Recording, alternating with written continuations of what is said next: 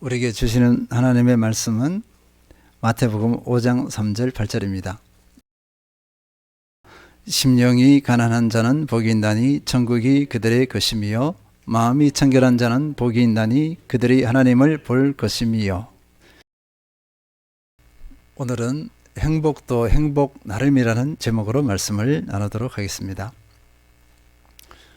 손흥민 선수의 아버지 손흥정 감독은 이틀 전 모 라디오 방송에 출연해서 아들 손흥민 선수의 미래에 대한 생각을 밝혔습니다.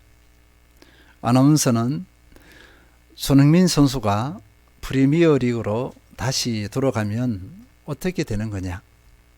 계속 뛰게 되는 건가? 아니면 다른 구단으로 가는 건가? 라고 물었습니다. 그런데 손흥정 감독은 의외의 답을 했습니다. 손흥민 선수, 그러니까 아들에게 이런 이야기를 했다고 합니다. 연봉이 하나도 없어도 내가 살아보고 싶은 도시, 구단에서 행복하게 공차다 은퇴하는 모습을 보는 게 내 바람이다. 사실 축구 선수의 부모님들은 연봉에 매우 민감합니다. 더 많이 주는 곳으로 선택하고 결정합니다. 영국 프리미어 리그에서 손흥민 선수와 친한 월드 클래스 선수가 있습니다. 이 선수는 사우디아라비아 프로팀에서 높은 연봉을 제시했는데 마음이 흔들렸다고 했습니다. 그곳으로 마음이 간다고 했습니다. 그런데 손흥민 아버지는 연봉이 아니라 행복하게 공을 차는 곳을 권면했습니다. 행복이 무엇이기에 수백억의 연봉을 포기할 수 있는 것일까? 손흥민 아버지는 이렇게 답했습니다. 행복은 그 사람의 가치관에 따라 다릅니다. 아버지가 참 커 보입니다. 커 보이는 아버지 같아요. 이런 행복 추구는 마음이 흐뭇해지고 뭔가 선한 영향력을 끼칩니다. 반면에 대한민국을 떠들썩하게 했던 사건이 있습니다. 모 대기업 회장 부부의 이혼 판결에서 위자료를 아내에게 1조 4천억 가까이 지급하라는 판결을 받았습니다. 남편인 대기업 회장은 행복을 찾아 아내를 버리고 세 자녀를 버렸습니다. 자신의 행복을 위해 가정을 버린 것입니다. 이런 행복 추구는 가정을 파괴하고 사회 질서를 깨트리는 악영향을 끼칩니다. 행복이 무엇이기에 이런 선택들을 하게 되는 것일까? 하나님께서는 모든 인생에게 행복을 추구하는 본성을 주셨습니다. 이 행복 추구는 인간이 죄를 짓기 전에는 모두 선한 방향으로 충족되었습니다. 그러나 인간이 범죄한 이후에는 행복 추구가 변질되기 시작했습니다. 하나님 없이 행복해지려고 했습니다. 행복이 욕망이 되어버렸습니다. 행복을 추구했으나 그 행복이 자기를 파괴하고 모두를 불행하게 만드는 결과를 낳기도 했습니다.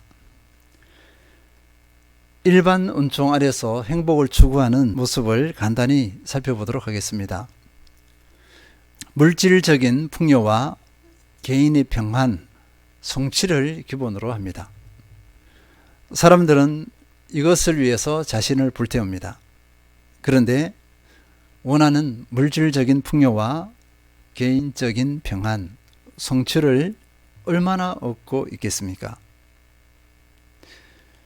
만족하는 분들을 만나본 적이 별로 없습니다. 늘 부족 가운데 시달리고 있습니다.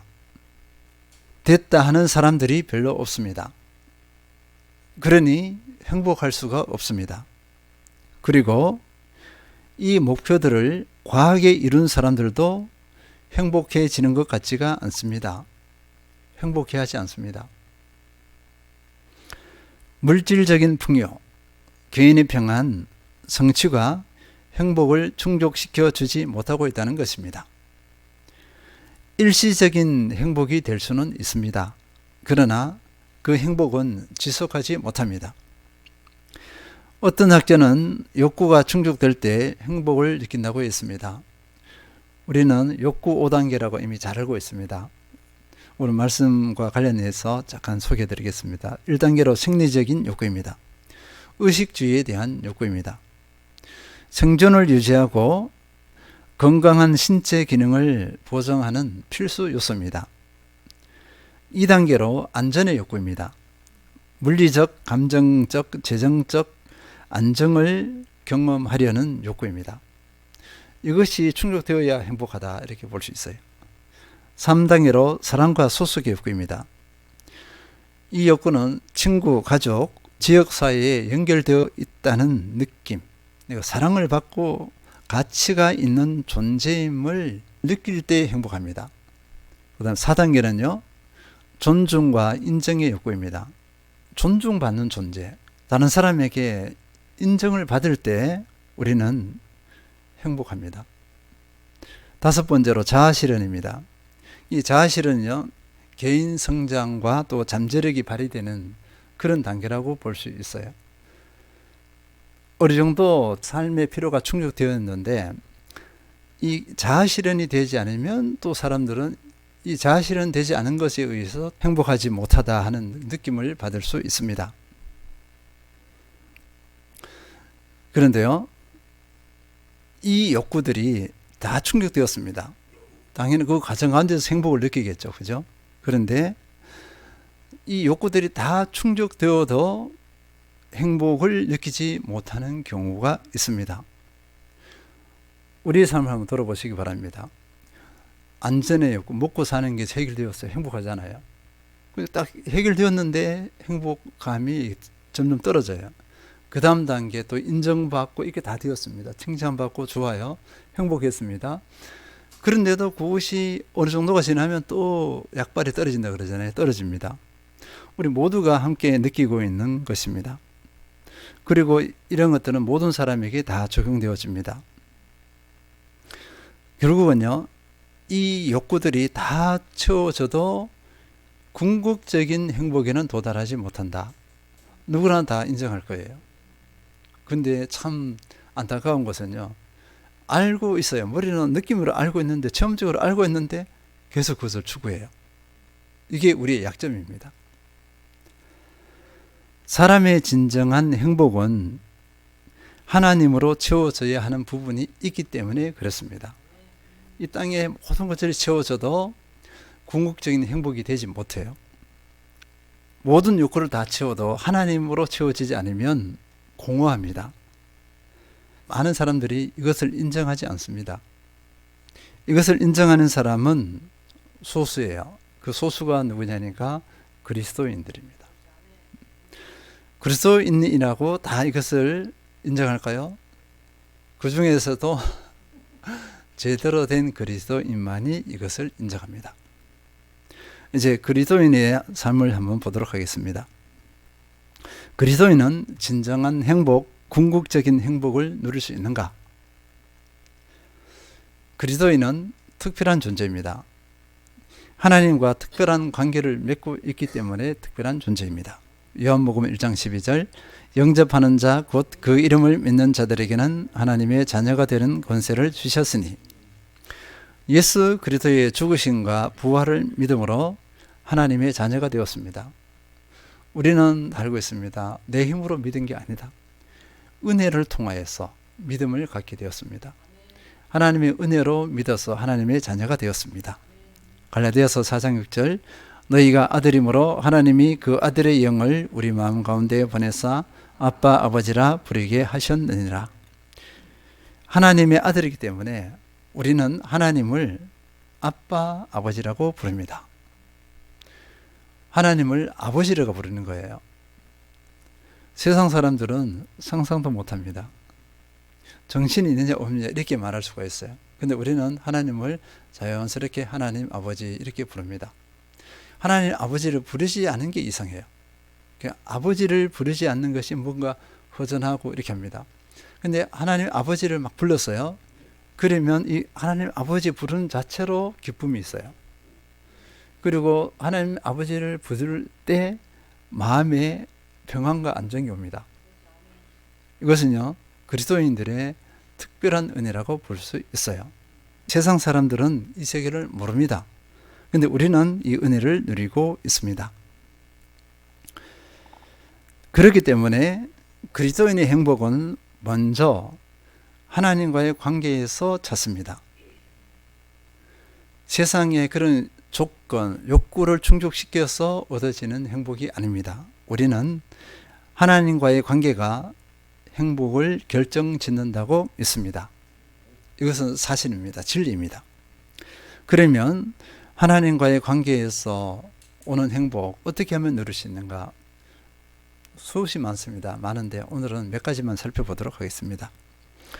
첫 번째, 하나님, 예수 그리스도를 아는 것에서 오는 행복입니다.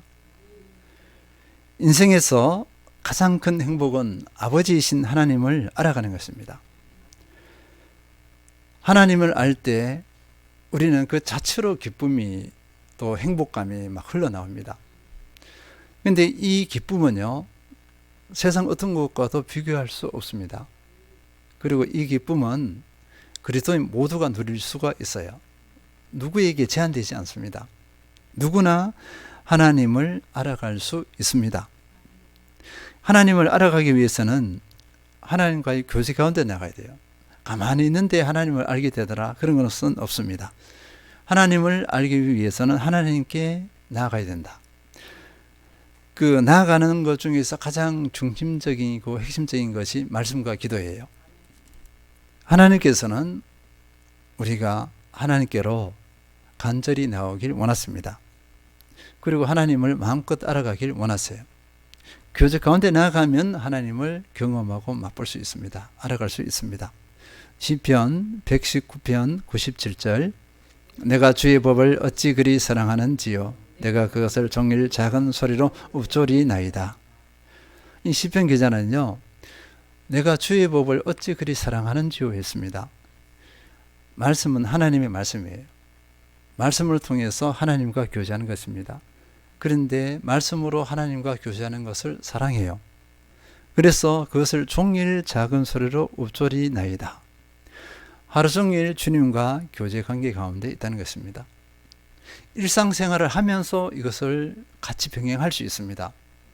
오히려 말씀은 내면으로 하잖아요. 읊조리고 한다는 거. 이렇게 하면 일상생활에 힘을 주고 지혜를 줍니다. 일상생활에 방해가 아니라 일상생활에 도움을 줘요.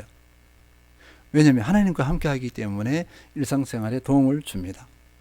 나의 연약함이 극복될 수 있습니다. 데살로니가 전서 5장 17절, 쉬지 말고 기도하라. 쉬지 말고 기도하라는 말은 늘 주님과 교제에 임하라, 이것입니다. 기도도 일상생활 가운데 늘 할 수 있습니다. 일상생활 가운데서 막힘이 있을 때 하나님께 부르짖습니다. 하나님께서 지혜를 주세요. 또는 나의 약함을 보게 하십니다. 그리고 어떻게 행할 것인가도 그 음성을 들려주세요. 기도와 말씀이 어우러질 때 그렇게 우리는 삶의 현장에서 힘 있는 삶을 살 수 있습니다. 하나님을 구체적으로 경험할 수 있습니다. 하나님을 알아간다는 것입니다. 이것이 그리스도인의 행복입니다. 그러면 말씀과 기도뿐일까요? 전도는 어떻겠습니까? 전도는 우리 힘으로 할까요? 아니요. 우리 힘으로는 전도가 되지 않습니다. 성령을 쫓아서 행할 때 전도가 됩니다. 성령께서 먼저 앞서 행하시죠. 우리를 인도하시죠. 그리고 전도할 때 함께 하시잖아요. 그러면서 하나님의 살아계심을 맛볼 수 있습니다. 하나님께서 한 영혼을 어떻게 바라보시는가, 하나님의 마음을 알 수 있어요. 그렇게 하나님을 알아갈 수 있습니다. 우리 교제는 어떨까요? 그리스도인의 교제. 마태복음 18장 20절, 두세 사람이 내 이름으로 모인 곳에는 나도 그들 중에 있느니라. 우리 그리스도인들의 교제 가운데 주님께서 함께 하십니다. 우리 교제 가운데에서 주님을 알아갈 수 있어요. 교제 가운데에서 서로를 통해서 배웁니다. 그리고 내가 주님을 아는데 약하다 그러면 상대방을 통해서 주님을 알아갈 수 있어요. 또 상대방의 약함은 내가 그 필요를 또 채워주면 됩니다. 그러기 위해서 합력하여 선을 이룬다 이렇게 볼 수 있습니다. 하나님께서는 우리로 하나님과 교제하며 행복을 누리길 원하십니다. 그래서 우리는 하나님께 나가야 합니다. 이 행복은 믿음의 사람이라면 누구나 누릴 수 있습니다. 그런데요, 이 하나님을 아는 것에 중요한 키포인트가 있습니다. 오늘 본문 말씀 마태복음 5장 8절입니다. 마음이 청결한 자는 복이 있나니 그들이 하나님을 볼 것이며, 현대인의 성경입니다. 마음이 깨끗한 사람들은 행복하다. 그들은 하나님을 볼 것이다. 마음이 청결해야 하나님을 본다고 했습니다. 마음이 청결한 자 있는데요. 마음이 청결한 것이 무엇을 의미하느냐? 마음은요, 감정, 사고의 중심지입니다. 우리의 내면의 가장 깊은 곳이라 볼 수 있어요. 그 중심, 깊은 곳이 어떤 상태냐 하니까 순전한 상태를 말합니다. 하나님을 향하여 진정성이 있는 상태를 말합니다. 불순물이 끼지 않았어요. 보통 세상과 하나님 이 두 마음을 가지고서 양다리 걸치잖아요. 여기서 청결하다는 것은 양다리가 아니라 오직 하나님만 바라보는 것을 의미합니다. 그러면 마음이 깨끗하다, 청결하다고 할 때 그 결과가 어떻게 될까요? 하나님을 본다 이렇게 했습니다. 하나님을 본다는 것은 영적으로 하나님을 볼 수 있다는 것을 의미합니다. 하나님을 볼 수 있다. 이것은 하나님을 안다는 것을 의미하는데요. 하나님을 안다고 하는 것은 하나님의 존재를 확신하는 것을 의미합니다. 하나님의 어떤 분이심을 잘 압니다. 창조주의 하나님, 전능하신 하나님, 영원하신 하나님, 선하신 하나님 등 이 하나님의 이 어떠하심, 이 수식어가 구체적으로 다가온다는 것입니다. 우리 신앙이 때로는 밋밋한 경우가 있어요. 왜 밋밋하냐면 어떤 하나님이 이 수식어가 분명히 다가와야 되는데 구체적으로 다가오지 않아요. 그렇게 되어지면 그 신앙이 힘이 듭니다. 하나님 앞에 있는 수식어가 구체적이면 나도 그 영향을 받아요. 그것을 쫓아갑니다. 그것을 인정하고 쫓아가는데 앞에 이 수식어가 불분명하면 막연하게 되어지면 내가 지금 어디로 가야 될지 이게 방향성을 놓쳐버려요. 그래서 우리는 하나님 앞에 있는 이 수식어가 구체적이 되어야 합니다. 그런데 마음이 청결한 사람은요, 하나님의 어떠하심이 아주 구체적이라는 거예요. 하나님을 제대로 안다 이렇게 볼 수 있습니다. 그리고 하나님을 구체적으로 체험한다 이렇게 볼 수 있겠습니다. 하나님을 본다는 것은 하나님을 아는 것이 막연하지 않다. 구체적이다. 신앙이 막연하지 않다. 이렇게 볼 수 있습니다. 말씀이 막연하게 느껴질 때, 기도도 막연하게 느껴질 때 우리는 어떻게 될까요? 무기력해집니다. 결국은 행복하지 않습니다. 말씀이 구체적으로 다가오고 기도가 구체적으로 되어질 때는요, 주님 기도 가운데 주님을 체험하게 되어지면 우리에게는요 힘이 있습니다. 몸은 머뭇하지 않습니다. 담대하게 하나님을 선택하고 그렇게 결정합니다. 순종 어렵지 않습니다. 거침없이 순종할 수 있습니다. 그리고 이 과정 가운데서 진정한 행복을 얻습니다. 이것이 행복이구나, 신앙이라는 것이 이런 것이구나 막 경험하게 됩니다. 하나님을 아는 기쁨은 세상 그 어떤 기쁨으로도 대체할 수 없습니다. 어떤 분은 이렇게 고백했습니다. 내 생에 가장 귀한 것 주 예수 알미라. 마음이 청결한 사람은 왜 하나님을 보겠습니까? 왜 볼 수 있을까요? 성령의 역사가 임하시기 때문입니다. 요한복음 14장 26절, 보혜사 곧 아버지께서 내 이름으로 보내실 성령, 그가 너희에게 모든 것을 가르치고 내가 너희에게 말한 모든 것을 생각나게 하리라. 마음이 청결한 사람에게 성령께서 마음껏 임하시고 마음껏 일하십니다. 깨닫게 해주십니다. 그리고 우리가 하나님을 알 때 어떤 상황이 나타나냐면요, 우리의 생각이나 가치관이 바뀝니다. 하나님을 알았기 때문에 자연스럽게 생각, 가치관이 바뀌어집니다. 일반적인 욕구, 일반적인 조건에 좌우되지 않습니다. 일반 은총의 행복의 조건에 좌우되지 않는다는 것입니다. 그리고 일반 은총의 그 행복의 조건을 추월합니다. 그러기에 하나님을 알아감으로 누리는 행복은 그리스도인의 능력입니다. 그리스도인의 특별함입니다. 두 번째입니다. 하나님을 예배하는 것에서 오는 행복입니다. 택하심을 받은 백성, 하나님의 자녀들이 하나님을 인정하고 높이는 최고의 표현, 예배입니다. 그리고 예배는 택함 받은 백성의 특권입니다. 아무나 예배를 드릴 수 없습니다. 뽑힌 사람이 예배를 드릴 수 있습니다. 우리가 이 예배 자리에 얼마나 많이 초청했습니까? 얼마나 많이 전도했습니까? 그런데 이곳으로 향하는 분들은 소수예요. 믿음의 사람은 예배를 드릴 때 행복합니다. 우리의 지금 이 자리는 행복의 자리입니다. 우리가 금요일 날 자주 찬양하는 찬양이 있습니다. 이런 찬양입니다. 제목은 예배할 때 가장 행복합니다.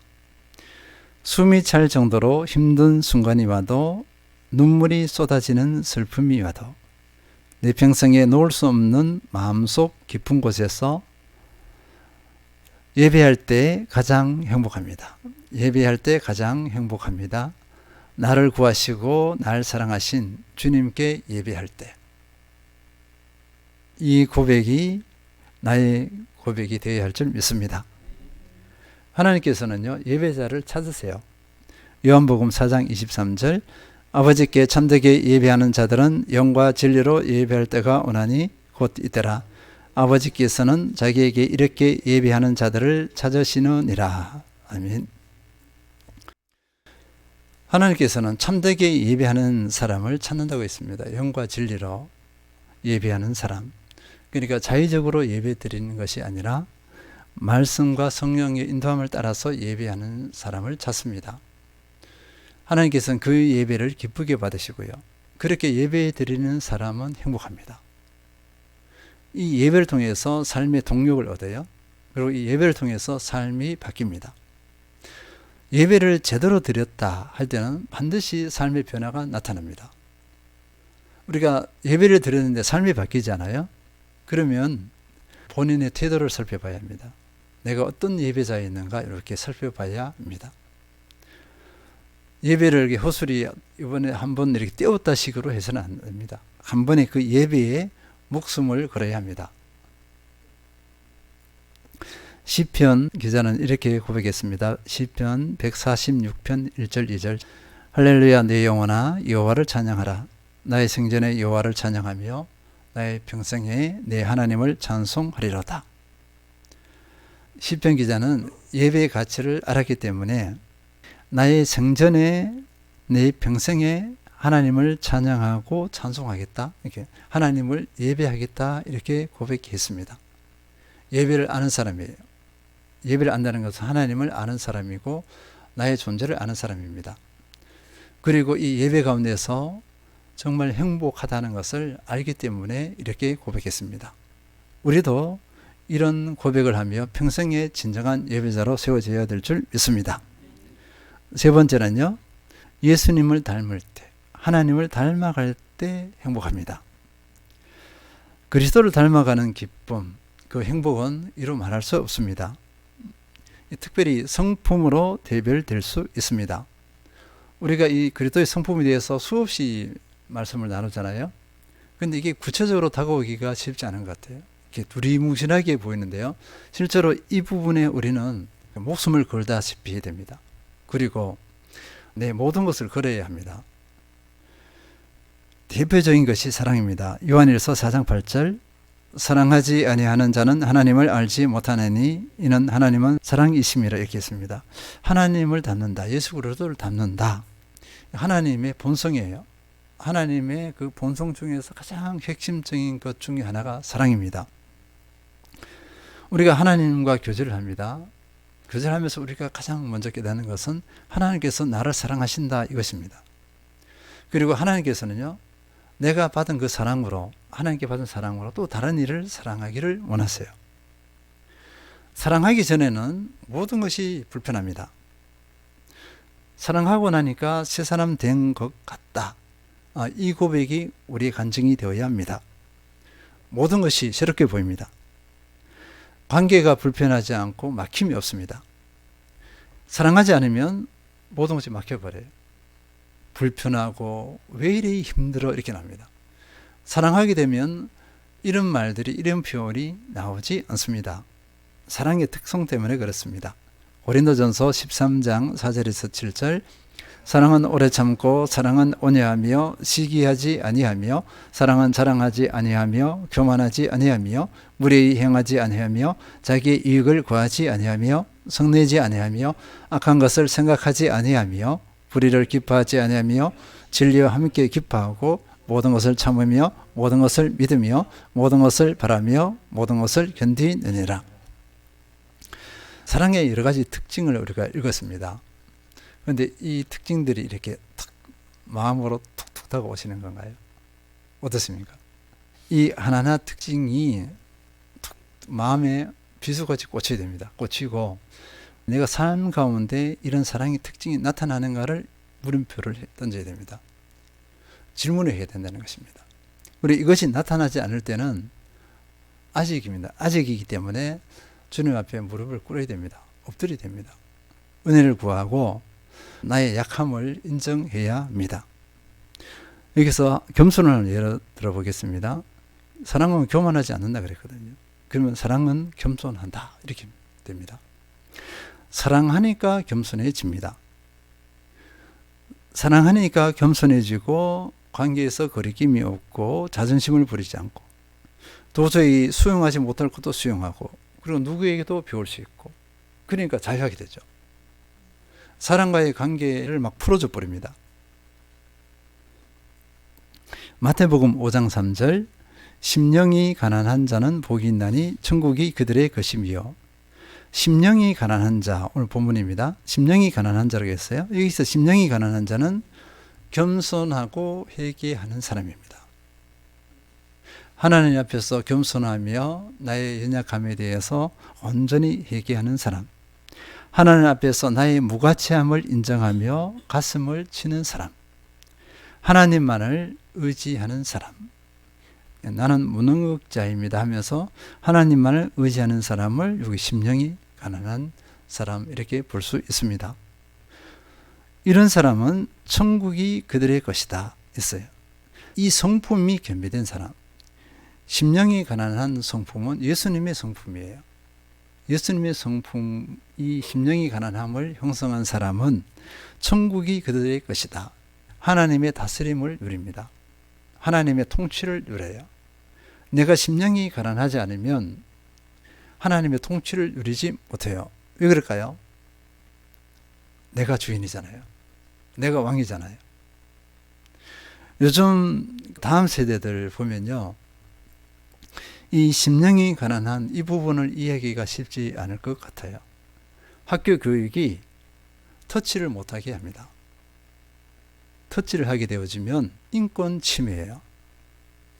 바로 신고를 하게 되면 그 교사는 조사를 받아야 돼요. 다음 세대에게 권면을 한번 해보세요. 관계는 끝나버립니다.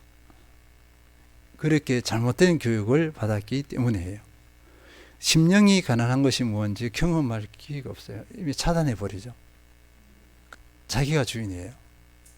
인본주의 교육이에요. 인본주의 교육은 내가 주인이에요. 사랑하고서 겸손해질 때 오는 그 행복은 이루 말할 수 없습니다. 가슴이 벅찹니다. 많은 분들이 이 은혜를 일찍이 누렸으면 좋겠는데 나중에 누리는 경우가 많아요. 치이고 깨지고 과정을 거쳐서 그래서 뭐 깨달아야 되는데 또 깨닫지 못해서 또 깨어지고 이렇게 하면서 나중에야 이렇게 누리는 경우가 많습니다. 왜 더 일찍 이 은혜를 누리지 못했을까 이렇게 합니다. 그렇게 후회하는 분들이 많습니다. 우리는 이미 지금까지 누렸지만 또 지금부터는 더 깊은 이 은혜를 누려야 할 줄 믿습니다. 그 주인공이 되어야 할 줄 믿습니다. 정리합니다. 나는 무엇에서 행복을 찾았는가? 질문입니다. 여전히 일반 은총에 매여 있지는 않았는가? 세상 사람들이 조건으로 삼는 것, 그들이 이렇게 하면 행복하다 했는 것, 그 순순에 머물지 않았는가 하는 것입니다. 나는 하나님과의 관계에서 행복을 찾았는가? 질문입니다. 하나님과의 관계가 세상 조건을 초월한 행복을 누리게 하는가? 세상 조건은 아무것도 이루어지지 않아. 너무나 열악해요. 숨이 막힐 정도로 아까 찬양 가서 했잖아요. 내 형편이 그렇게 다가와요. 그럼에도 하나님과의 관계로 인해서 내가 행복할 수 있는가 하는 것입니다. 우리 모든 성도님들은 하나님과의 관계가 온전히 있어서 내 형편이 어떠하든지 진정한 행복, 궁극적인 행복을 누리시는 모든 성도님들 되시길 축원드립니다.